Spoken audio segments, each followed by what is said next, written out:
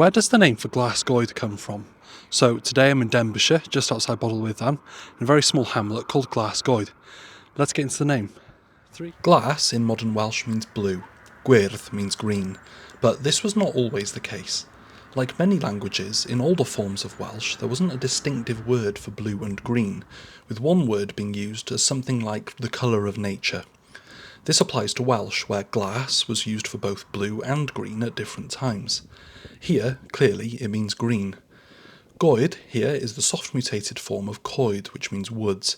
It likely references the once larger areas of woodland that once covered the area. It's soft mutated because it's the second element in a compound word, which often causes soft mutation.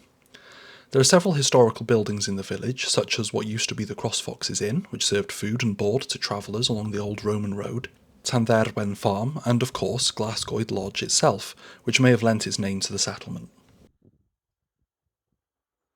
So the name literally means green woods. Anyway, diolch, thank you. Give us a like, give us a share and give us a subscribe, and if you want to support me on my quest to explain every place name in Wales, and a couple outside of it as well sometimes, you can on my Patreon, the link's in my bio. Diolch, have a good one.